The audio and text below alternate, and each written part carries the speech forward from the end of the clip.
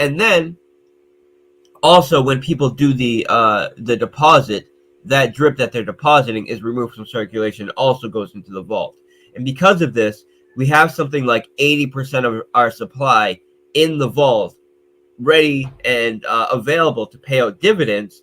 And it's due to the team mechanic, which allows for exponential and compound growth, because there's no limit to the power of exponential growth given the mechanics of the team aspect, the team referral system.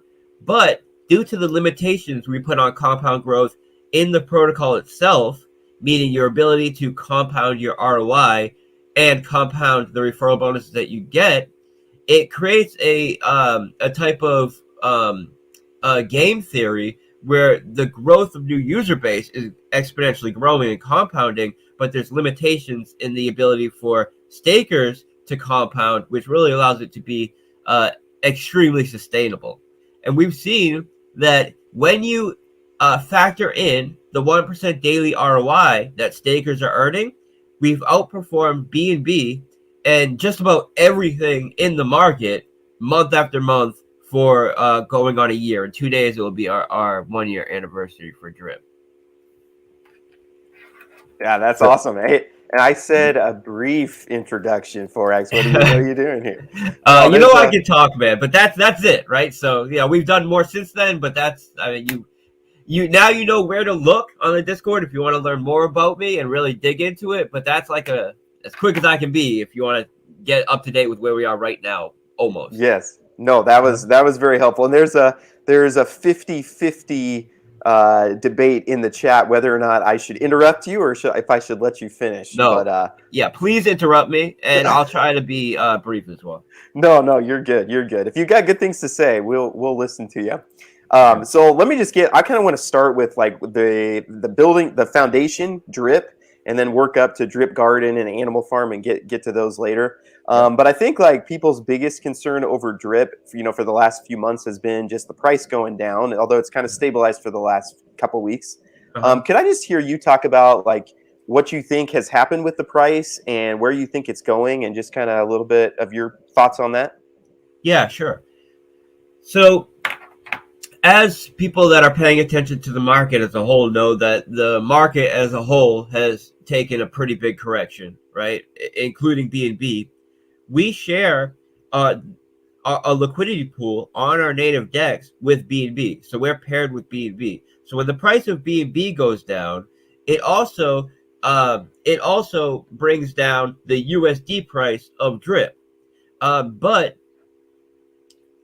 I believe in the long-term potential and the long-term value of BNB. So as long as we're maintaining that value against BNB, I still see us growing against the rest of traditional markets and USD over time, as far as just our pairing with BNB. So there's that, right? There's the market correcting. There's also the fact that Drip has performed extremely, extremely well, and we had a lot of people who got in at launch and got in at the pre-sale that were just in a ton of profits, right? And people are going to take profit when they're that far up.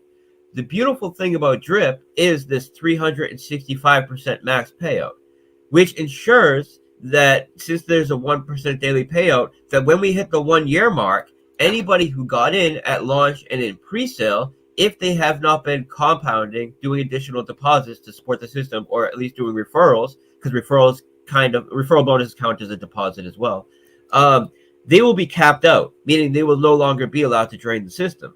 So a lot of these sustainability mechanisms built into Drip don't even come into play until we hit the 1 year mark, where people start hitting their 365 cap on what they're able to earn.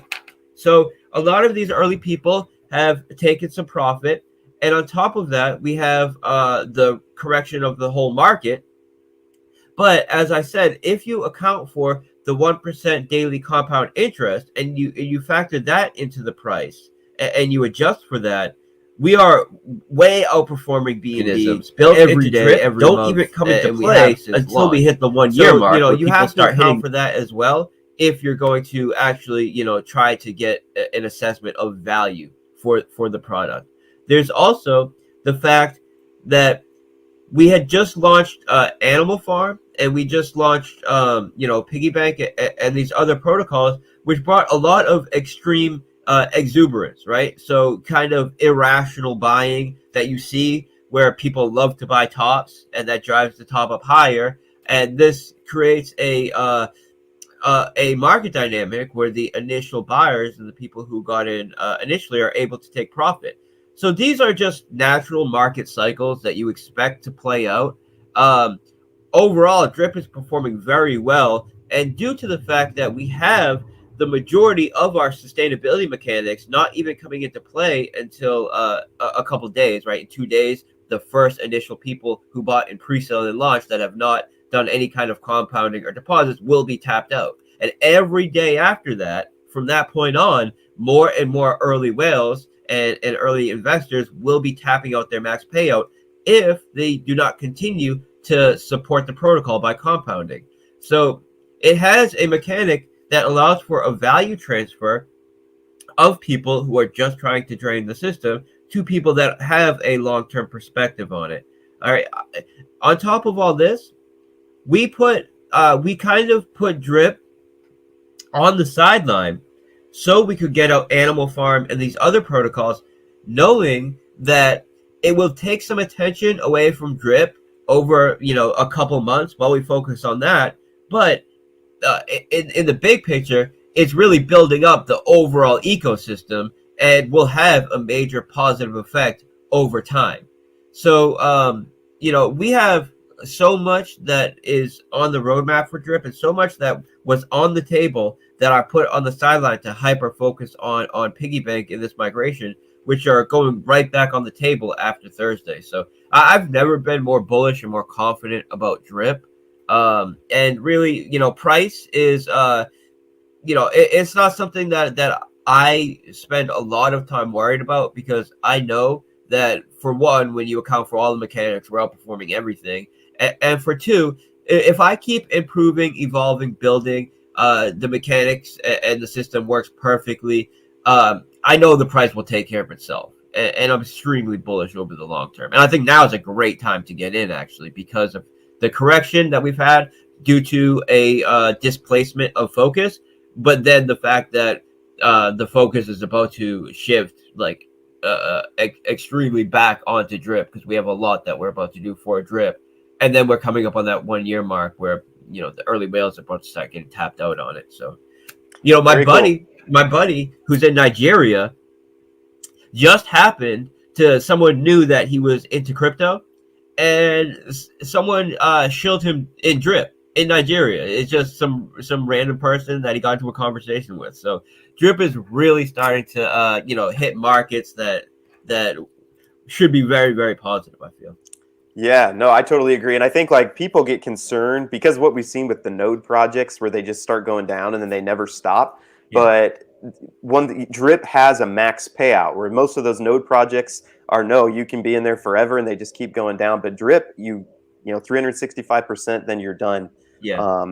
And then could you talk a little bit about what marketing plans you have? Because I think you're right. Drip's a great entry point for people into DeFi. And so what do you have on the marketing horizon? Yeah.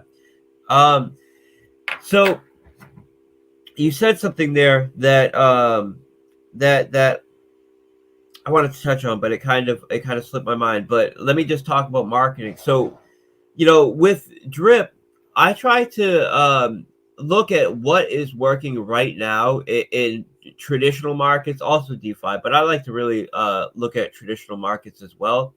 And I feel that Tesla, for one, and Elon really has it down right now as far as how to really do marketing in the new age.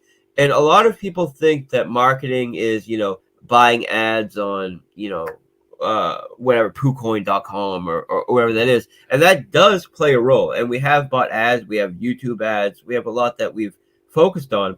But I think the best thing you can do as far as marketing promotion is create great products, allow the community to speak on it, give them the platform to be able to share it, and then have some sort of figurehead who is able to bring attention and really network to get the kind of partnerships and to get the kind of cross-platform and cross-promotion type of eyes on it. And my main focus with Drip, as far as marketing, aside from the the stuff that we are doing like ads and stuff like that, is really securing some great partnerships, which we have a few in the works that I can touch on that are already secure, but are going to be coming up now that we're putting focus back on Drip, and also creating an atmosphere where other developers, especially up and coming developers, can use Drip as a type of reserve currency, and use our staking protocols as a type of reserve or bank for their protocol. And that's what I'm really focused on right now. And I can tell you that there is a project, called Atlantis, that's doing some great work and has secured, last time I checked, 14 NFT licensing deals for pretty high-end celebrities, people that everybody would notice if you saw them. And the contracts that they have, so this is all automated, will be selling these NFTs to these communities and to the fans and followings of these celebrities in Drip. And then the Drip that is used to buy these NFTs get automatically staked for them, and then have a type of management strategy, you could call it, where it compounds every few weeks, and then it does a payout, and then it compounds every few weeks, and it does a payout, and it does this payout to the NFT holders. So the Drip system creates a great platform that allows other developers to build on top of, and then these developers are essentially doing the heavy lifting when it comes to marketing Drip and really bringing the attention to Drip. So we have several different projects that are working with Drip and behind the scenes on their own thing, but tied into Drip, that I think is going to have a major impact on Drip and on getting people to use Drip in the year to come. Right? We also have two major partnerships that are in the works right now. One of them is with PancakeSwap. So people might have noticed that maybe a month ago or like 5 or 6 weeks ago, PancakeSwap made a post saying something about like we're gauging interest or what could this be or whatever it was, but it was their PancakeSwap buddy with the Drip logo right on its tank top.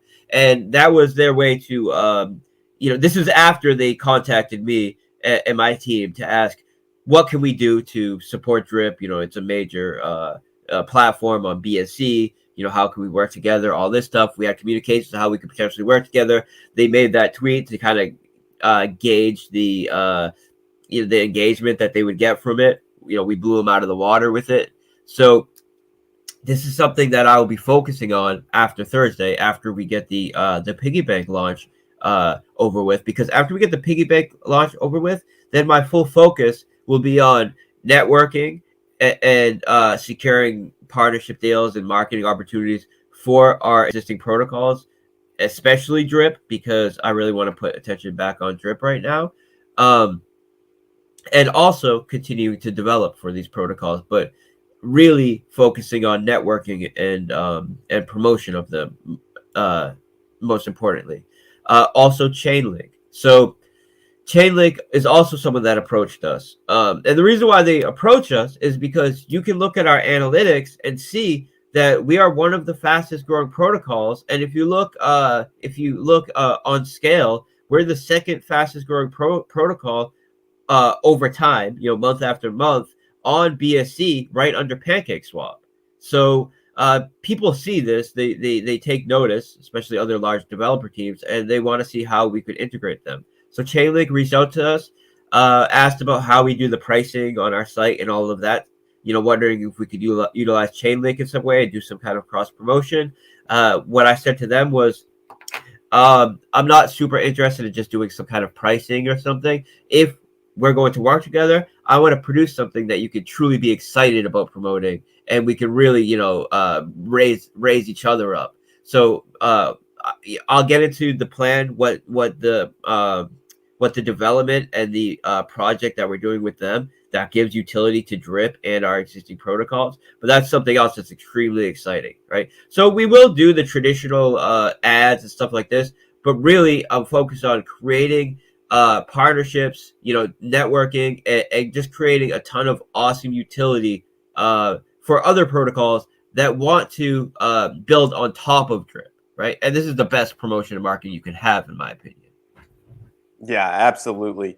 And I think DeFi really needs Drip just because DeFi is in a rough spot with just new projects, falling apart and rug pulls left and right. And Drip, is just something kind of solid, like kind of a base, I think, for DeFi. Yeah. And I think really needed. Yeah. And I'm getting a lot of comments about it's 4:20 and people think I'm on marijuana. It's just the lighting, okay? My eyes are fine. I'm not tired. I'm totally Oh fine. man. It's just the lighting.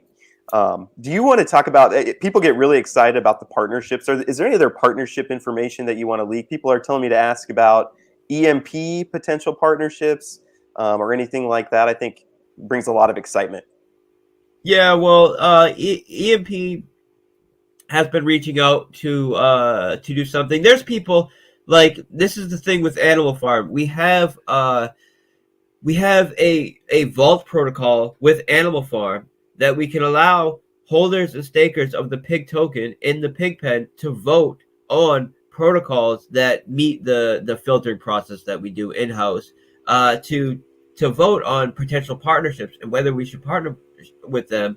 And if it passes through and the community does vote through the governance protocol that we want to partner with them, we have the perfect platform with that in the Animal Farm, because the vaults allow us to use a percentage of whatever project that wants to partner with us, use a percentage of their total supply to be used as rewards when people pair our native tokens, which is dogs, pigs, or Drip, right? Drip is included in this, with their asset, stake those LP tokens in our vault, and then people will earn rewards in the partner's token. And this is a way that we create value and create additional use cases and reasons to stake and remove tokens from circulation without needing to cause inflation to pay out rewards, because we're paying it through the partners. So as far as Drip or any kind of like serious partnership that's like a protocol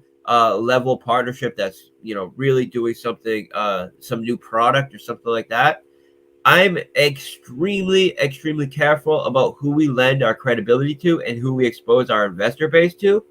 But there is a kind of lower threshold level for partnerships, and I would say that's what the vault is perfect for, because we're taking very little risk in the partnership vaults. The project has to make sense. It has to have, the devs have to have some track record. They have to have locked liquidity. These basic things, but as long as they have that, it's a very low threshold to allowing them to be part of the platform. So I'm open to a lot of partnerships, especially through the Animal Farm platform, and this will benefit Drip and our other assets. And yeah, there are a lot of projects that have been reaching out to us for partnerships with Drip. A lot of opportunity there. There's a lot of people building, but I really don't want to give attention or credibility to any of them until we really have something that's secure and ready to go. And that's going to really take them to come to the table and show that they have something that is really worth us tying our credibility and investor base to. Now, we already know, like Chainlink, a PancakeSwap, they do have that already. And they reached out to us for it. So there's also BetFury, right? So BetFury is another person that reached out to us to see if we were interested in having or allowing people to bet with Drip tokens on BetFury, and also earn the BetFury token as the Drip token is utilized. And they are also interested in building a Drip exclusive game on BetFury. And these are all things they pitched to me. Now, these are things that are still on the table that I put on the sideline so I could hyper focus on this piggy bank migration, which is going live on Thursday. But these are all things that are right on the table, and I'm so excited about jumping into. There are two other huge potential partnerships with on ramps, so fiat on ramps. One of them is MoonPay. The other one, the name slips my mind. And I've got asked about it for the past couple of days, and I keep saying the name slipped my mind. I just haven't even looked at the name yet because I've been so super hyper focused on piggy bank. But I know, I'm friendly with someone that was a super early investor, in the traditional market in MoonPay, and he has a lot of sway in MoonPay. So we applied for the other fiat on ramp project, and I have to follow up on that, which I'll be doing after Thursday or after tomorrow, I should say. But MoonPay, the ideal with that is we've done the networking to have someone on the inside. So when we fill out the application, we have someone that is essentially on their board, ready to stand up for us and help sway the decision to service us. The not MoonPay, but the other one I was thinking of, they are servicing tokens and platforms that have way less volume than us, way less going on than us. So this is something that I have a high level of confidence that we'll be able to secure. It's just a matter of putting the time into it, which we will have, starting next week, essentially. Awesome. Yeah, no, very cool. Thanks for answering that. People are asking about the reservoir. How come we never talk about the reservoir? Is that a good thing for people to get into? What's your thoughts on that? The reservoir is a great thing for people to get into. And I think the reason why it probably gets talked about less is because it's probably the lowest risk staking contract on Drip. And people just like to talk about the high risk, high reward things because that's, what they find exciting. Also, the referral structure for Drip, of course, it supports the whole price. It supports the whole platform, and it supports the price of Drip, regardless of, what contract specifically is utilizing it. But it's the referral protocol is specifically for the faucet contract, not the reservoir.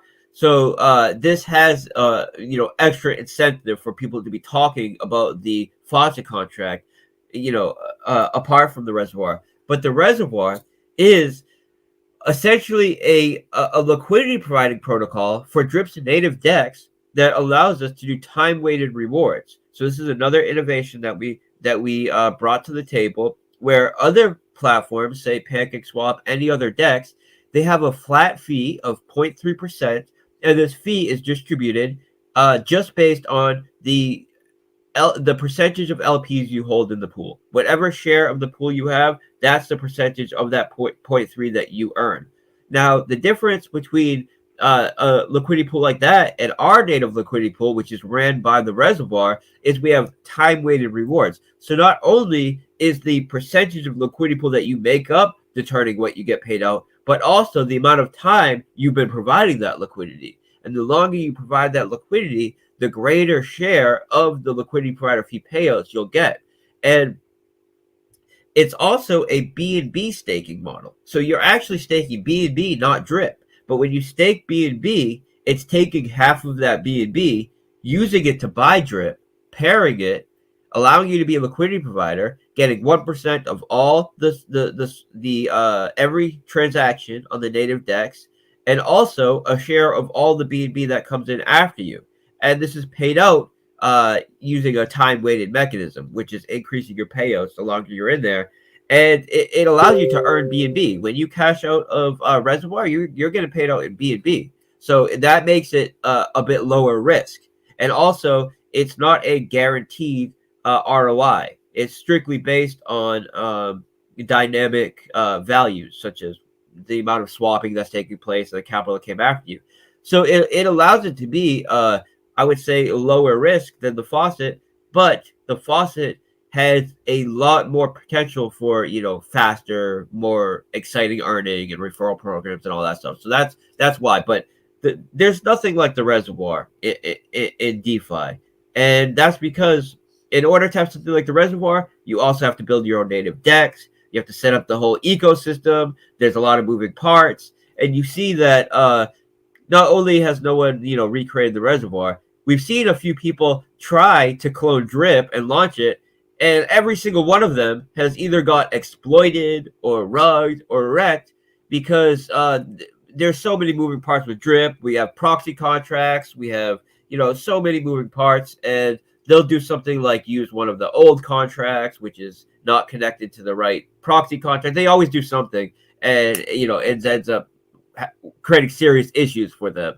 So yeah, there's nothing like Drip. There's nothing like the reservoir, and yeah, I'm proud of what the community has been able to do, because there's so many projects out there where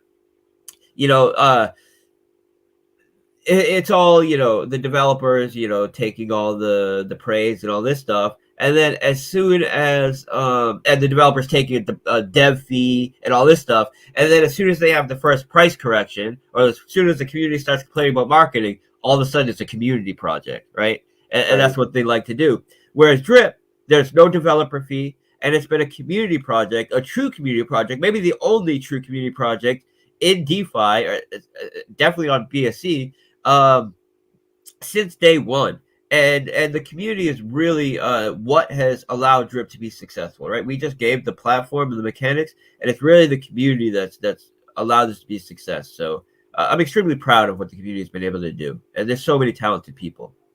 Yeah, absolutely. I was going to ask you about what you thought about all the Drip, forks that have come out and the exploits and all that. So you talked a little bit about that already. Yeah. But there's just been a lot of them, and that shows partially the success of Drip, right? Yeah. Is how many people are wanting to fork it. But like you said, if you're not the original contract writers, then you guys update. You find an exploit and you update. But if they fork the old code, then those exploits are there. So just a lot of risk going outside the original for sure. Yeah, and we knew that would happen. And a lot of these projects have tried to say that, yes, we're forking Drip, but we're paying homage, and we do like 0.001% going to buying back Drip or something like ridiculous like that. And they try to do that to both ride off our credibility, but also try to get me to promote it, because they're thinking, oh, we'll tie Drip into it in some minor way, and then they'll promote it. And you might have noticed that I don't promote any of them. And, thank God I don't promote them. One, because I do due diligence, but two, I just see through that. I see it for what it is, and we see what happens with those projects. Yeah, absolutely. And I do. So we get a lot of comments saying, why does FOREX Shark hide his face? And if you read the comments, the Drip community, you guys are pretty hard on people who show their faces. Just look at this, that you've been talking to me. But FOREX Shark, do you want to just talk real briefly about your decision to not dox? It's just something that comes up a lot. Yeah, well, there's nothing about showing your face. Nothing wrong with showing your face, right? Especially if you're not a developer doing like innovation in the space. But due to the regulatory changes in the market, especially in DeFi and in crypto, I think it's important that you don't give a target for regulators to put pressure on to try to get some sort of sway on the protocol. And this has always been my position, right? So there's that. There's also the fact that I'm a private person, and I've always been a private person. When Facebook came out, when Facebook was very popular, like when I was in high school, I never even created a Facebook for myself, not even for my own personality, because I've never been the person that likes to share in that kind of way and be updating my own personal thing. Hey, I'm going to the gas station today. I'm going to the gym. I feel the need to update everybody on every move, like some people feel the need to do. I just don't feel the need to do that. And I like to have the projects and the code speak for itself. Now, on top of that, I'm interested in 4 major utilities in DeFi, and that is lending, insurance, gaming, and privacy. This is where I feel the future of DeFi is, and this is where I want to build. And one of those big use cases is privacy. And I feel that in order for a true privacy protocol to be effective, you cannot have a docs dev, especially a docs dev living in the US. And we see that with the recent news that's come up with Tornado Cash, where the Tornado Cash dev is a doxed resident of New York. He has several registered businesses in the US. The Ronin hack happened, where what the feds are essentially saying is North Korean actors did this hack. They pushed the money through Tornado Cash, and now due to pressure that's been put on the Tornado Cash dev, and I'm sure there's all kinds of pressure being put on in the sense that, hey, your protocol is helping, state enemies avoid sanctions and all these things, which have made state be put on to a sense that if you are allowing that, right, and regulatory implications.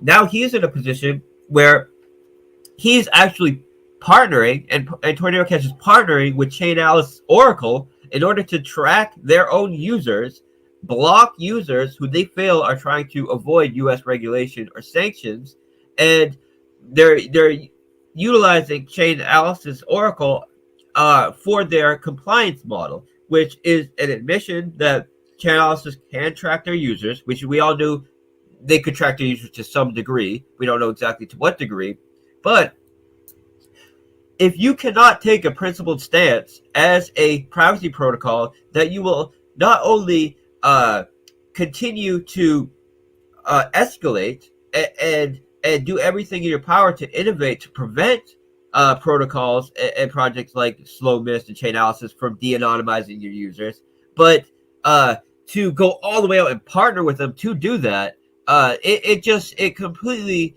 voids the use of a privacy protocol. And I'm sure the developer of Tornado Cash never thought that he would want to go in this direction, but it's the pressure that's being put on him from the U.S. government due to the people that use Tornado Cash, who are forcing him to do that, right? And of course, some of this is my speculation, but it's obvious what's happening, right? And they even basically announced that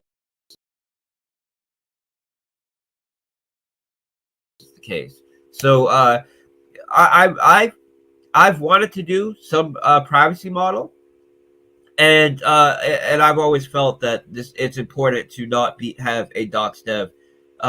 Now, what is best, right, is to have a developer who has a long-term track record of success and of providing quality products, doing raises where capital goes where it's supposed to go, and a consistent level of integrity attached to this developer, then having the contracts themselves not be vulnerable to any sort of insider manipulation or rug pull or scamming, and then have a dev that is not doxed, so there's no regulatory pressure on the project and no attack vector there. That is the best case scenario, and that's what I feel that we have and what we'll continue to take advantage of.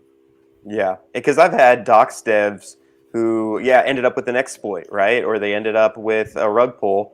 I'd rather have a year history of, hey, Drip's been going for a year, and I'd rather have that history than a docs dev personally. And I think you're totally right on the regulation stuff. Once regulation starts coming in, they're going to be looking for,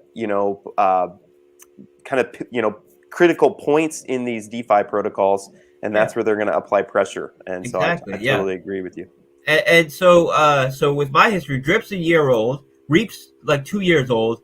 My Discord, where I've been doing pre-sale raises and advising projects, is 6 years old. And then I have a decade working in the space, right, where I wasn't public for the first 4 years.